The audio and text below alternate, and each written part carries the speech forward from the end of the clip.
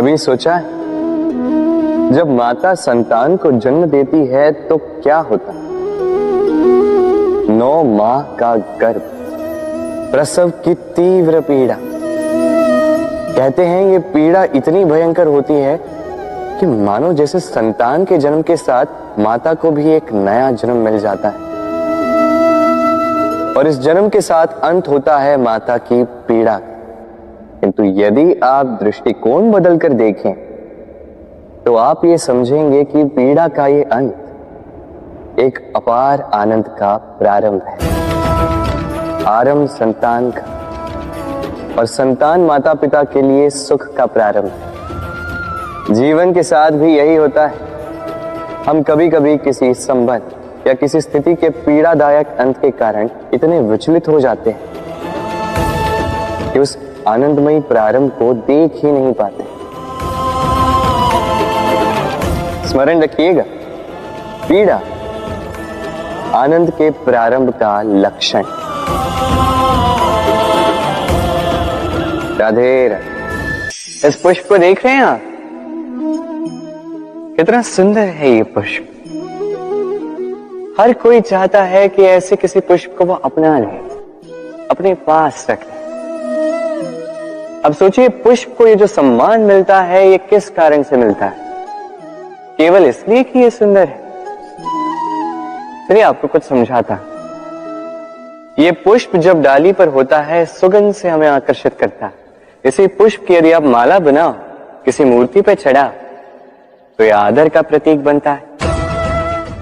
अब यही पुष्प यदि आप शैया पे बिछा दो तो आप वो दृश्य देखकर आप उस सुगंध से आपका मन प्रफुल्लित हो जाएगा। किंतु सोचिए, यही पुष्प यदि ये आप अर्थी पर सजाते हैं तो इस पुष्प का कोई सम्मान नहीं करता। कैसी बात है? वही पुष्प है, इस परिस्थिति में इसे सम्मान मिल रहा है, इसमें नहीं मिल रहा। क्यों? क्योंकि यही छिपी है एक महत्वपूर्ण सीख। इसका सार ये है कि सम्मान व्यक्ति या वस्तु का नहीं किया जाता, सम्मान किया जाता है समय और स्थिति का। अब समय जो है, समय हमारे वश में तो है नहीं, हमारे वश में है स्थिति। हमारी स्थिति कैसी होगी इसका निर्णय स्वयं हम लेंगे और जैसी हमारी स्थिति होगी वैसा हमारा सम्मान होगा। तो आइए मेरे साथ प्रेम से कहिए, राधे राधे। व्यक्ति के सर पर जब क्रोध चढ़ जाता है तो उसे सत्य और असत्य के बीच का ज्ञान नहीं होता। क्रोध उसकी दृष्टि को धुंधला कर देता है और फिर उसके पश्चात केवल माया और कपट ही उसे आगे का मार्ग दिखलाता है, अपने स्वार्थ की सिद्धि के लिए। अग्नि क्या करती है? जलाती है। फिर चाहे वो लकड़ी हो, कोयला हो, वस्त्र हो, जो भी आप अग्नि में डालोगे वो भस्म हो जाएगा। किंतु सोना, यदि आप सोने को अग्नि में डालोगे तो वो कुंदन बनकर अपना अस्तित्व निखार लेता है।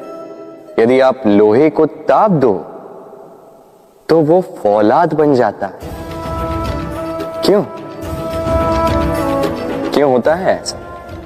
क्योंकि उनके भीतर की अग्नि उनको जलाने वाली अग्नि से अधिक तीक्ष्ण होती। ये अग्नि है निश्चय की, ये अग्नि है पवित्रता की।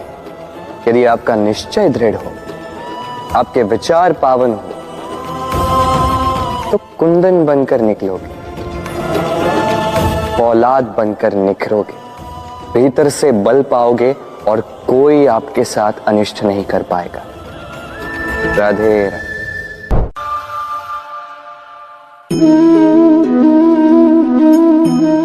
भय, भय सबको होता है, चाहे वो पशु हो, पक्षी हो या मनुष्य।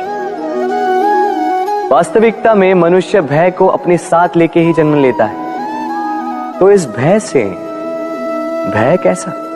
यदि भय बुरा भाव होता तो क्या इसे हम अपने साथ लेके जन्म लेते हैं? वास्तविकता में भय हमें आगे बढ़ने के लिए प्रेरित करता है। अब देखिए, जीवन जाने का भय आपसे स्वयं की सुरक्षा करवाने का प्रयास करता है। अपमान का भय सदाचार की ओर बढ़ाता है। किसी प्रिय को खो देने का भय उसके लिए कर्तव्य पालन करने को प्रेरित करता है। किंतु ये भय बुरा तब हो जाता है जब आप इसे अपने ऊपर हावी हो जाने देते हैं, इसके लिए कुछ प्रयास नहीं कर पाते। इसलिए यदि इस भय को उपयोग में लाना है, आपको स्वयं इस भय के ऊपर हावी हो जाना होगा। तो तोड़ दीजिए भय की सीमाएं। अपनी आत्मा को छोड़ के किसी और के समक्ष सर मत झुकाइए और स्मरण रखिए, जब अंधकार से डरना छोड़ दोगे तभी दीपक बनकर प्रकाश दे पाओगे। राधे राधे।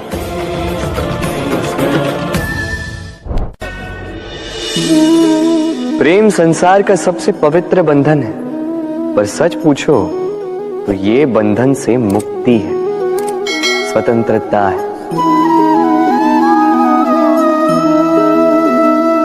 नहीं समझे? समझाता हूं। यदि कोई आपका प्रेम ठुकरा दे, यदि कोई आपका प्रेम समझ ही ना पाए, तो क्या होगा? कुछ उदास हो जाएंगे, कुछ छल करके प्रेम पाना चाहेंगे, तो कुछ बलपूर्वक प्रेम पर अधिकार करना चाहेंगे। किंतु यह आवश्यक नहीं कि जिससे आप प्रेम करते हो उसे भी आपसे प्रेम, क्योंकि प्रेम कोई वस्तु नहीं है, न राज्य है, न धन जिसे आप बल से अपने वश में कर सको।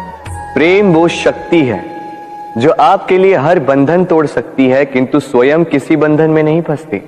तो जिसे भी आप प्रेम करते हो उसे स्वतंत्र छोड़ दीजिए, क्योंकि स्वतंत्रता ही वो भाव है जो जीव को सबसे अधिक प्रिय है। प्रेम सच्चा होगा तो उसे अवश्य समझ में आए। तब तक के लिए निस्वार्थ भाव से प्रेम कीजिए। स्वार्थ हट जाएगा तो प्रेम आ ही जाएगा और मन प्रसन्न होकर बोलेगा, राधे राधे।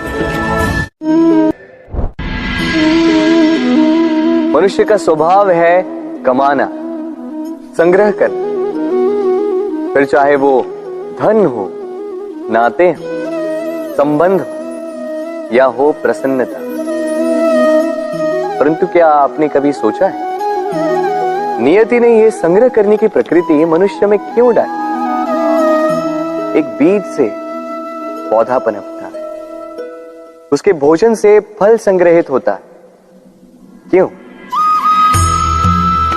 इसलिए ताकि वृक्ष उसे स्वयं खा सके? नहीं, बल्कि इसलिए ताकि वो भूखे जीवों में बांट सके। अब आप पूछेंगे कि इसमें वृक्ष का क्या लाभ? लाभ है, क्योंकि जो बांटता है वो मिटता नहीं। जो फल ये जीव खाते हैं वो उसके बीजों को वातावरण में बिखेर देते हैं, जिससे जन्म लेते हैं नए वृक्ष। उसकी जाति, उसका गुण, उसकी मिठास अमर हो जाती है। इसलिए स्मरण रखिएगा, अमीर होने के लिए एक एक क्षण संग्रह करना पड़ता है, किंतु अमर बनने के लिए एक एक कण बांटना पड़ता है। राधे राधे। सफलता, सफलता कौन नहीं पाना चाहता? हर एक व्यक्ति चाहता है कि सफलता स्वयं आकर उसके कदम छूए। अब सफलता कदम केवल उनके चूमती है जिनके पांव धरातल पर होते हैं, जो स्वप्न की आशा में उड़ते नहीं, जो यथार्थ के धरातल से जुड़े होते हैं, वो भी दृढ़ता के साथ। सफलता उनको नहीं मिलती जो घर पे बैठे बैठे केवल स्वप्न देखते हैं। सफलता स्वयं चलकर उनके पास जाती है, जो निरंतर प्रयास करते हैं, जो परिश्रम करते हैं और अपने इस जीवन को दूसरों के लिए स्वप्न बनाकर दिखाते हैं। तो चयन आपका है। सफल सभी होना चाहते हैं, स्वप्न सभी साकार करना चाहते हैं। स्वप्न तभी साकार होंगे जब परिश्रम करोगे, और सफलता तभी तक आपके साथ रहेगी जब तक आप विनम्र रहोगे। तो आइए मेरे साथ प्रेम से कहिए, राधे राधे। समस्याएं। अब समस्याएं किसके जीवन में नहीं होती?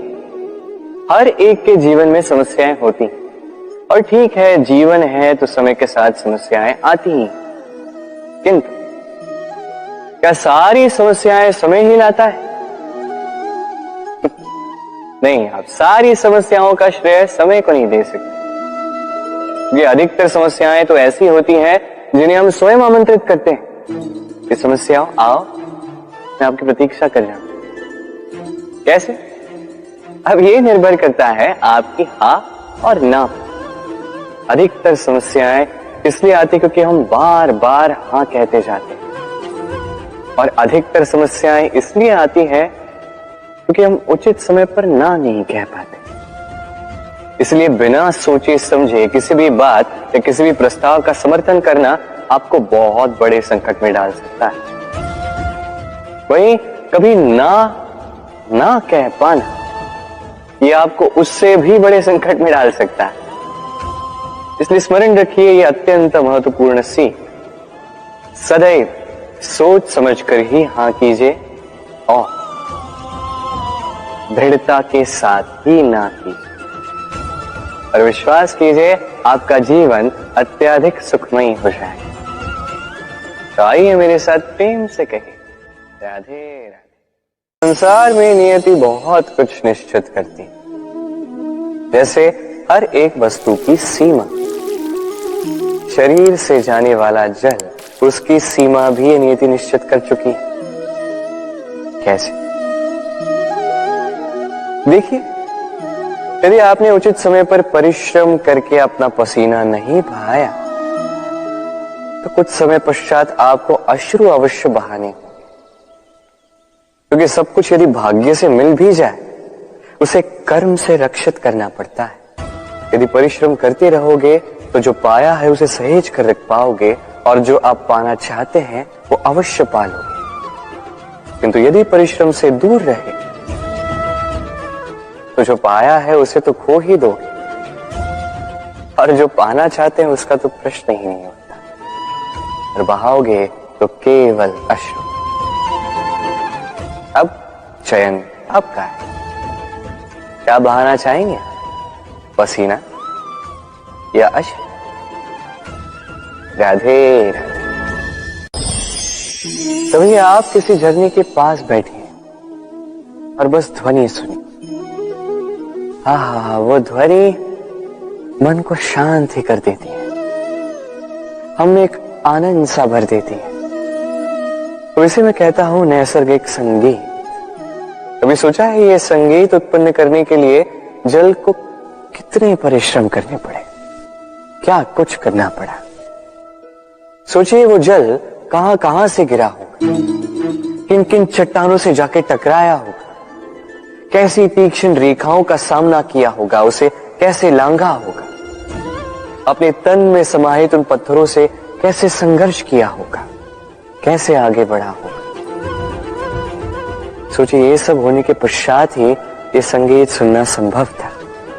ये झरने का ये सुंदर संगीत आपके कान तक कभी पहुंचता ही नहीं यदि उस जल का विरोध करने वाले पत्थर ना होते।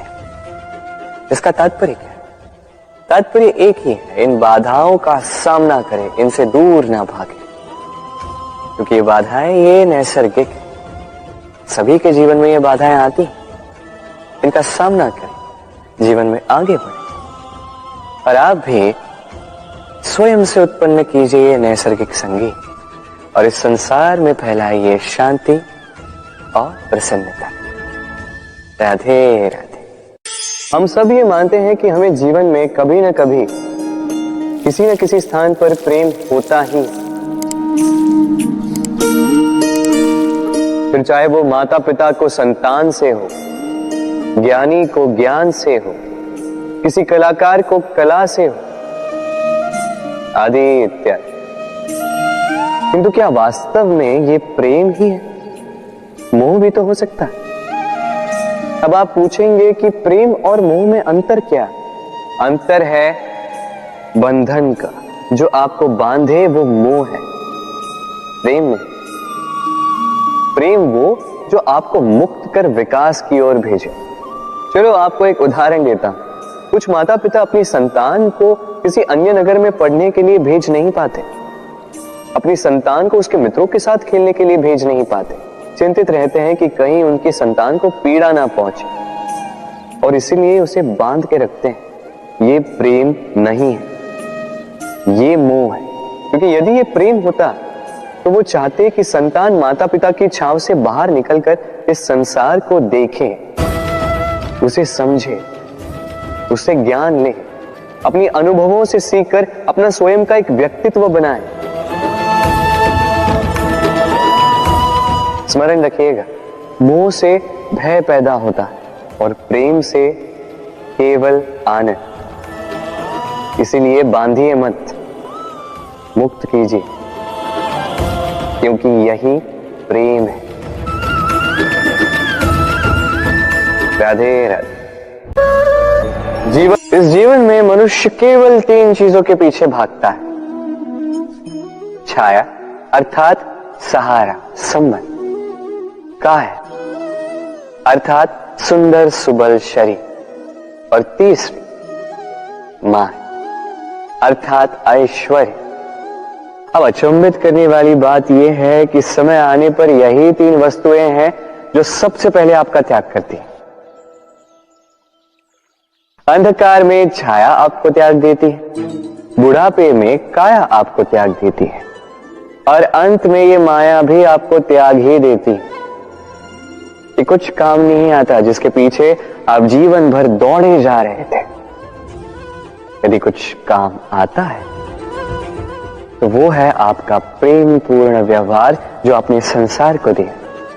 ये प्रेम ही है जो अंधकार में दिया बनकर आपको प्रकाश देगा।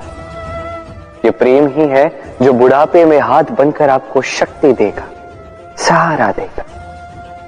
और जब आपके पास धन नहीं होगा तो यही प्रेम आपको संयोग देगा। इसलिए इस जीवन में यदि कुछ कमाना है तो केवल प्रेम कमाएं। यदि आप भी मेरी भांति दूर की सोचते हैं तो केवल प्रेम कमाएं, और आप इसी प्रेम के साथ कहीं राधे राधे। संसार में संबंध बहुत ही महत्वपूर्ण होते हैं। अब प्रश्न ये उठता है कि संबंध कैसे होने चाहिए। संबंध शब्द के प्रारंभ में ही सम शब्द आता है। सम अर्थात समानता। तो किसी के साथ संबंध निभाते हुए इतना मत झुकिए कि उठने के लिए किसी के सहारे की आवश्यकता पड़ जाए। स्मरण रखिएगा, जो झुकाना चाहे वो कभी संबंध निभा नहीं पाएगा। संबंध उसी के साथ जोड़ी जो आपको समान माने, आपको सम्मान दे, क्योंकि सम्मान से ही संबंध पनपेगा और बढ़ेगा। राधे राधे। संसार में सबसे बड़ी शक्ति क्या है? अब आप में से कुछ कहेंगे शस्त्र की, कुछ कहेंगे शास्त्र की, कोई कहेगा बुद्धि की, तो कोई कहेगा बल की। किंतु ये सब अधूरे हैं। संसार में सबसे बड़ी शक्ति है मित्रता। यदि सच्ची मित्रता प्राप्त हो जाए तो वही सबसे बड़ा धन है। जब आप कठिनाइयों में होंगे तो मित्रता शस्त्र बनकर सहायता करेगी। मार्ग भटक जाओगे तो मित्रता शास्त्र बनकर आपको राह दिखाए। षड्यंत्र में फंस जाओगे तो बुद्धि बनकर बाहर निकालेगी। अकेले हो जाओगे तो ममता बनकर साथ निभाएगी। तो यदि इस संसार में कुछ कमाना है तो धन नहीं, मित्रता कमाओ। और स्मरण रखिएगा, यदि इस संसार में मित्र बनाना आपकी सबसे बड़ी दुर्बलता है तो आप इस संसार के सबसे शक्तिशाली प्राणी हैं। राधे राधे। जब से मनुष्य जाति का अस्तित्व बना है तभी से युद्ध भी अस्तित्व में आया। युद्ध जो कभी धन का द्वंद्व बनकर सामने आता है तो कभी सुरक्षा का हथियार बनकर, कभी विजय की भूख के लिए तो कभी पराजय टालने के लिए। किंतु वास्तविकता तो यही है कि यदि आपको आगे बढ़ना है तो बाधाओं से युद्ध तो करना होगा, परंतु युद्ध के लिए सज्ज रहना इतना महत्वपूर्ण नहीं है जितना महत्वपूर्ण है यह समझना कि युद्ध को टाला कब जा सकता है, क्योंकि सबसे सफल युद्ध वही होता है जो कभी लड़ा ही ना जाए। आप युद्ध में विजय प्राप्त करके स्वयं का मान तो बढ़ा लो, किंतु अपना बल खो दो। इसलिए जहां तक हो सके युद्ध को टालो, इस शक्ति को संग्रहित रखो, ताकि जब ये युद्ध धर्म बन के सामने आए आप उससे पूरे बल के साथ लड़ सको। राधे राधे।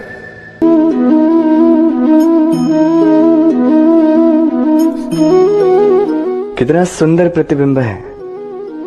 इसका कारण क्या है? मेरा रूप सुंदर है या ये जल स्वच्छ है? नहीं, ये जल स्थिर है, शांत है।